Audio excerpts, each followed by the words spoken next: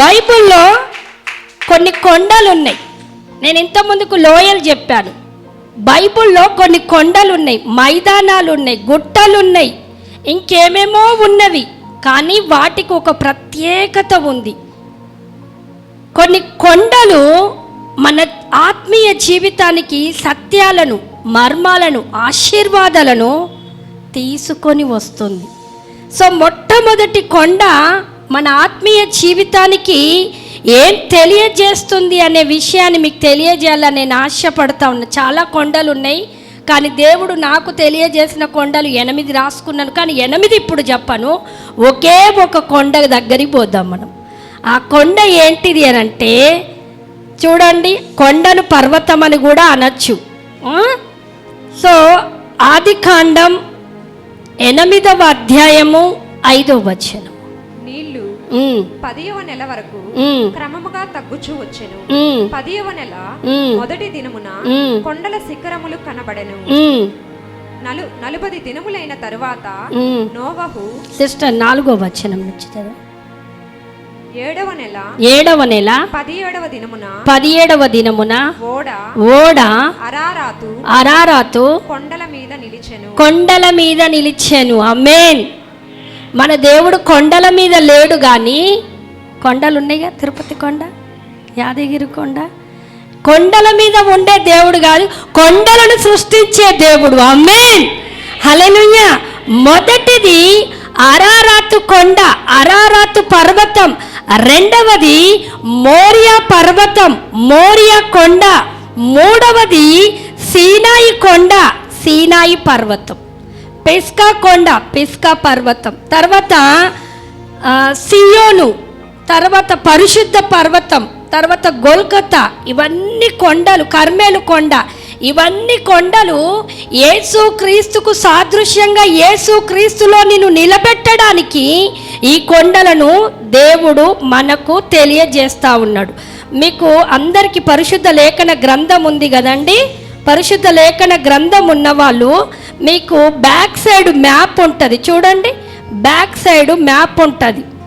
Ashkenaz Ararat కొండ అని ఒక చుక్క వేసి ఉంటుంది చూడండి. మీకు పాత నిబంధనలో మీరున్నవారు అష్కనజు అరారాతు కొండ, చిన్న ఒక స్టార్ లాగుంటుంది, అది కొండ. అరారాతు అనేది ఒక కొండ. ఇప్పుడు నా వైపు చూడండి. మీరు ఇది ఇంటికి వెళ్ళాక మళ్ళీ ఒకసారి మ్యాప్ను పరిశీలించండి. ఈ అరారాతు కొండ దక్షిణము, ఉత్తరము, అంటే ఉత్తరము నుంచి దక్షిణం వరకు పర్వతాలు లాగా 3 పర్వతాలతోటి.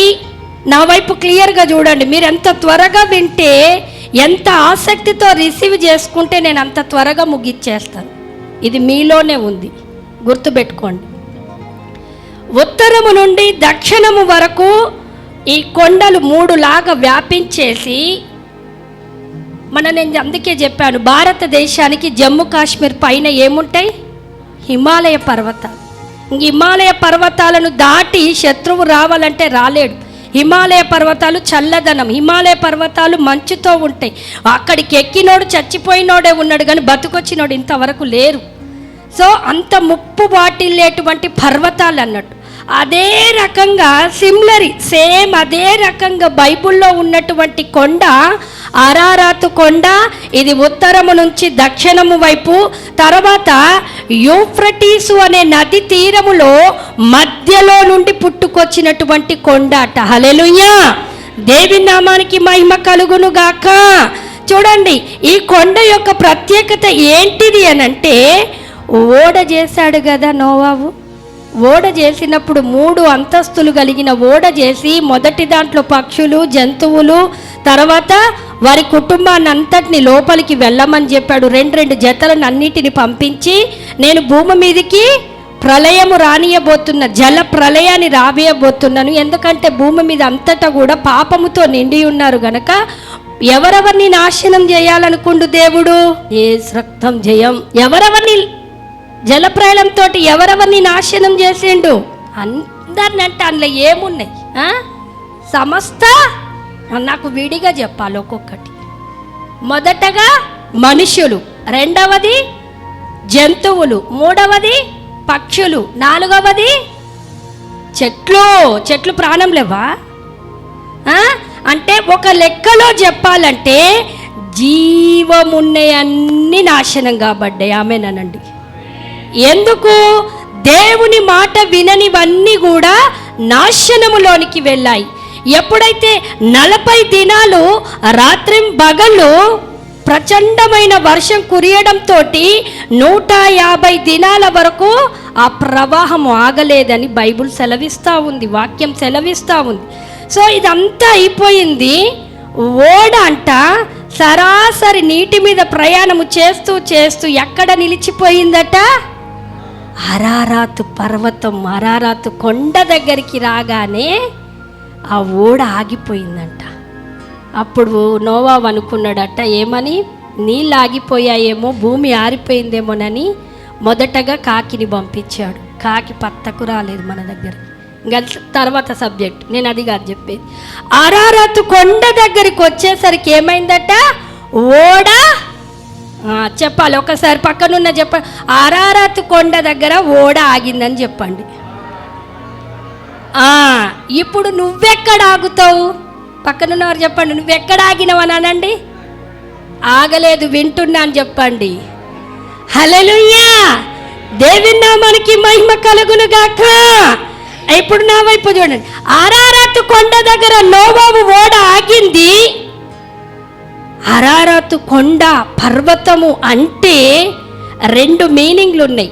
మొదటిది శాపము నివారణ. శాపము నివారణ అయిపోయి నూతనమైనది ప్రారంభమైంది.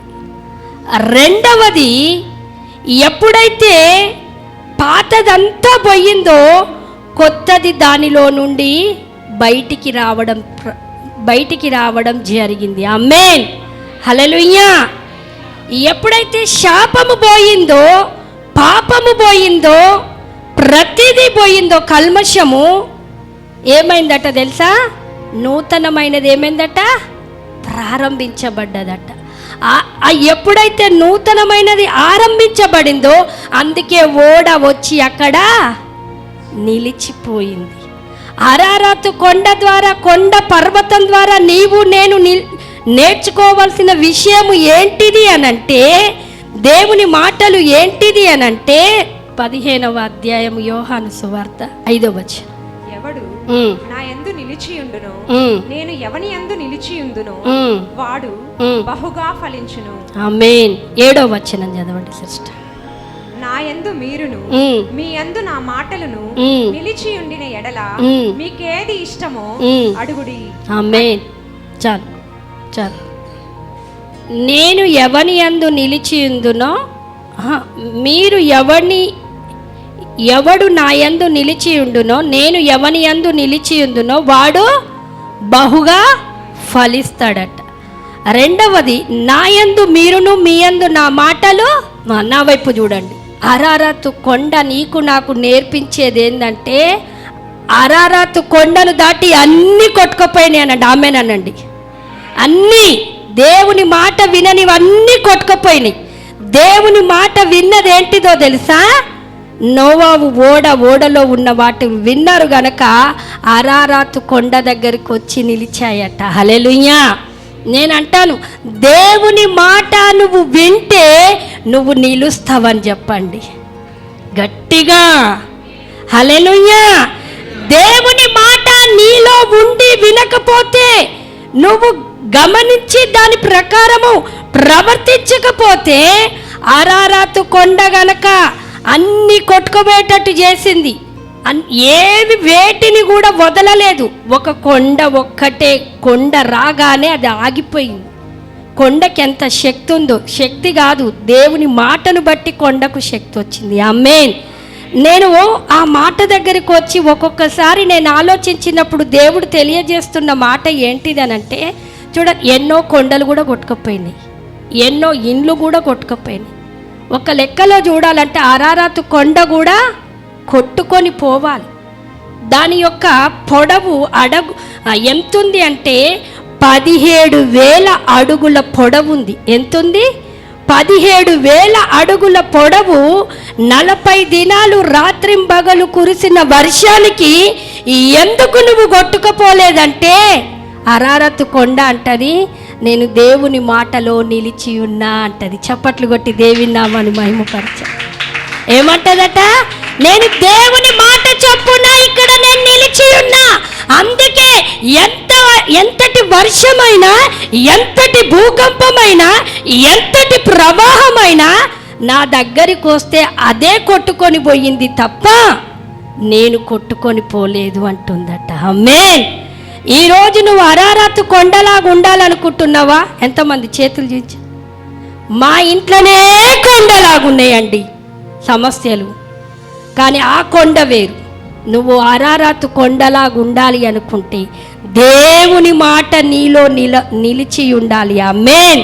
అక్కడ రాయబడిన మాట ఏంటిది అని అంటే 8:5-4 ఆ ఓడ అరారతు కొండ దగ్గర నిలిచెను మాట అండర్లైన్ చేయండి.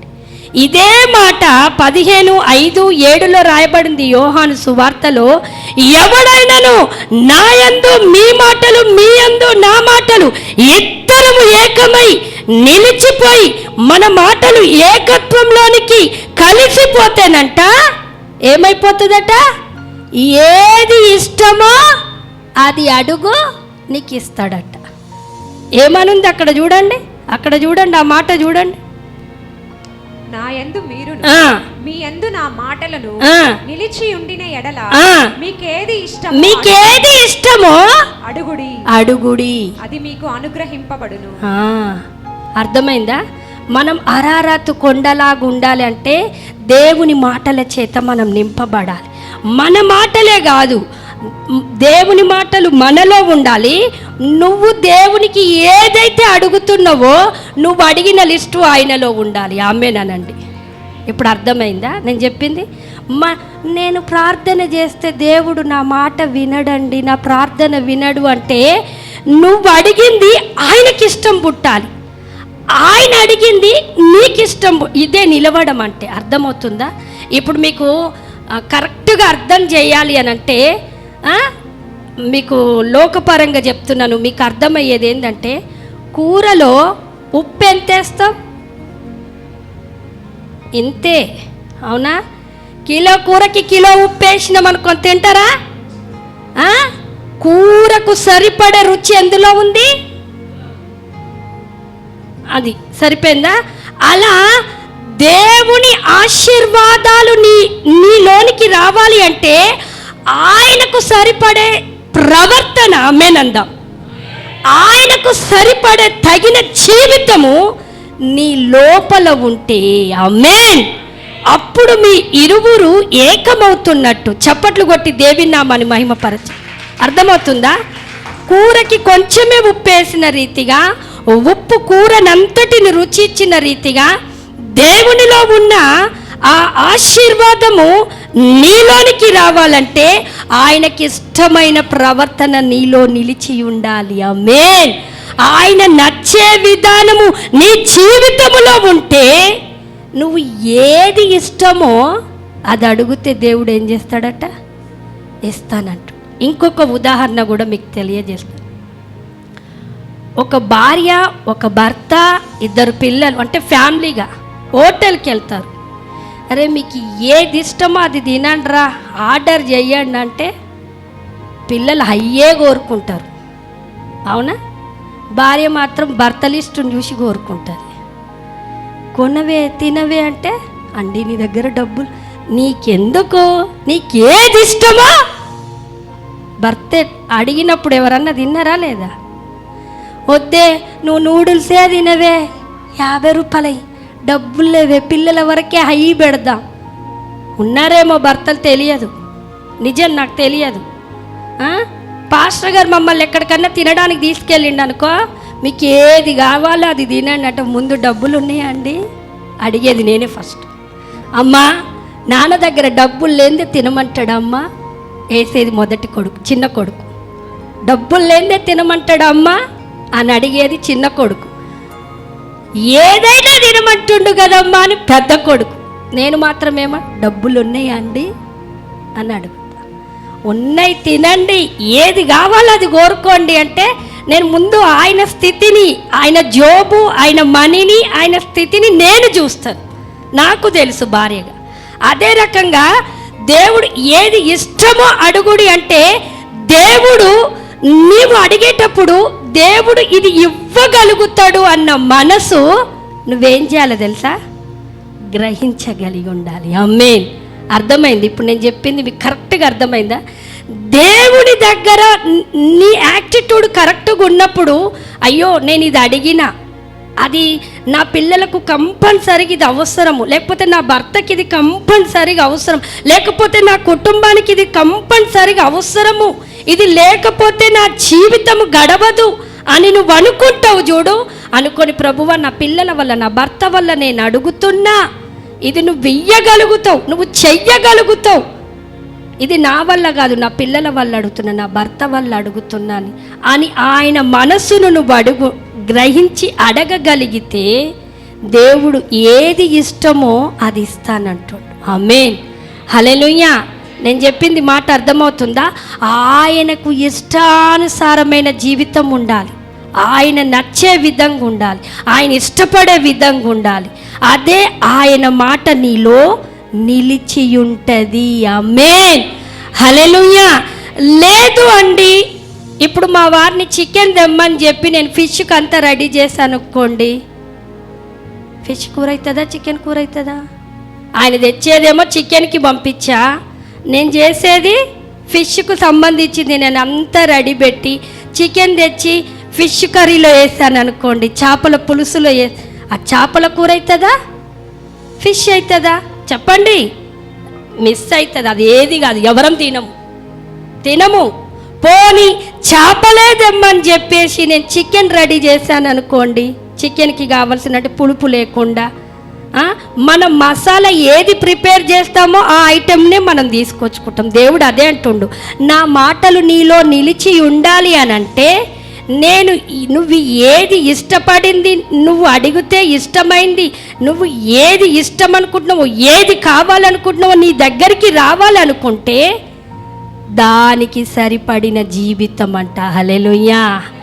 దానికి సరిపడేటువంటి మన బ్రతుకులు ఉంటేనే అరారాతు కొండలాగుంటామంట. చప్పట్లు కొట్టి దేవి నామాన్ని మహిమపరచండి. హల్లెలూయా. దేవి నామానికి మహిమ కలుగునుగాక.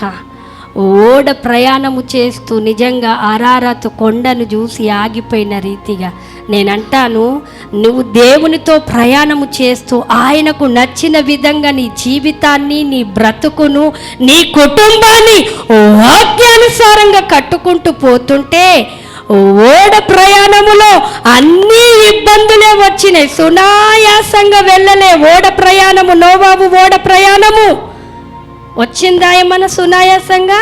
చచ్చిపోయిన శవాలు వచ్చినాయి, చచ్చిపోయిన జంతువులు వచ్చినవి, పెద్ద పెద్ద చెట్లు అడ్డొచ్చినవి, అయినా ఓడ ప్రయాణం సునాయాసంగా జరగడానికి కారణం ఏంటిదో తెలుసా? ఓడలో ఉన్నవారు దేవుని మాటలో నిలిచి ఉన్నారు. చప్పట్లు కొట్టి దేవి నామాన్ని మహిమపరచండి.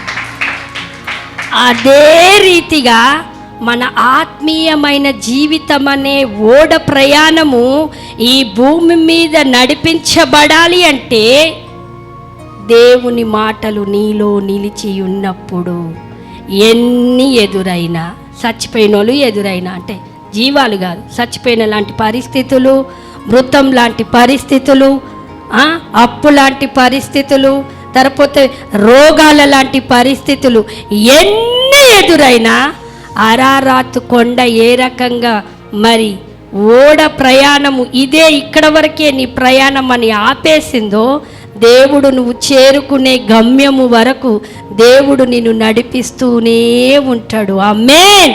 హల్లెలూయా. దేవి నామానికి మహిమ కలుగునుగాక. ఏ కొండ కావాలి మనము? ఈరోజు నేను ఒక అరారాతు కొండ అని చెప్పండి. యేసు ప్రభు చెప్పాడు మత్తయి సువార్త, మార్కు సువార్తలో, నువ్వు విశ్వసించి నమ్మిన ఎడల ఈ కొండ ఎత్తి సముద్రంలో అన్నాడు. మళ్ళా అరారతు కొండ అన్నారు అనుకో. అక్కడ ఏ కొండడా? నీ సమస్యల లాంటి కొండ, ఈ కొండ ముందు, ఈ అరారత్ కొండ ముందు చిన్న చిన్న కొండలన్నీ బద్దలైపోతాయి. ఆమేనండి, హల్లెలూయా. దేవుని నామానికి మహిమ కలుగును గాక. అందుకే నేను చెప్పాను, అరారత్ కొండ నువ్వెందుకు మునగలేదే జలప్రలయంలో అంటే, దేవుని మాటకు నేను నిలిచి ఉన్నా అంటదట. హల్లెలూయా. ఏ సమస్య వస్తుంది, ఎందుకు దేవుణ్ణి నమ్ముకున్నావమ్మా? నీ భర్త నీకు న్యాయం చేయట్లేదు, దేవుణ్ణి ఎందుకు నమ్ముకున్నావమ్మా? నీ రోగము నీకు పోవట్లేదు, దేవుణ్ణి ఎందుకు నమ్ముకున్నావమ్మా? నేను దేవుణ్ణిలో నిలిచి ఉన్నాను గనకని ఎన్ని వచ్చినా నేను లయం కాబడను. ఆమేన్, హల్లెలూయా. దేవి నామానికి మహిమ కలుగును గాక. అరారత్ కొండకి శ్రమ వచ్చింది, నోవాబు ఓడకి శ్రమ వచ్చింది, కానీ దేవుని మాటలో వాళ్ళు నిలిచారు గనక వారి ప్రయాణం సునాయాసంగా జరిగింది. హల్లెలూయా. మన అరారత్ అనే జీవితం అనే కొండ మీదికి ఎన్నో ఉపద్రవాలు, ఎన్నో శ్రమలు వస్తాయి, కానీ దేవుని మాటలో మనం నిలుచుదాము. దేవుని మెచ్చే బ్రతుకును, దేవుడు ఇష్టపడే బ్రతుకును మనం ప్రవర్తిస్తే మన గమ్యానికి మనము చేరుకోగలుగుతాము. ఆమేన్, హల్లెలూయా. దేవి నామానికి మహిమ కలుగును గాక. ఇక రెండో మాట చెప్పి నేను ముగిచ్చేస్తాను. ఈ అరారత్ కొండ మంచుతో కప్పబడింది. ఈ అరారత్ కొండ తెల్లనిది. ఈ అరారత్ కొండ ఎట్లుంటుందట? మంచు చల్లనిది, తెల్లనిది. తెల్లని వస్త్రాలు ధరించుకోవడం క్రైస్తవులకి ముఖ్యము, అవునా లేదా? పరిశుద్ధులు క్రైస్తవులకే, అవునా? దేవుడు అభిషేకిస్తానంటాడు, పాపులనా పరిశుద్ధులనా? చెప్పండి. ఎంత చిన్నగా చెప్తున్నారు. పరిశుద్ధురాలుగా పందివా?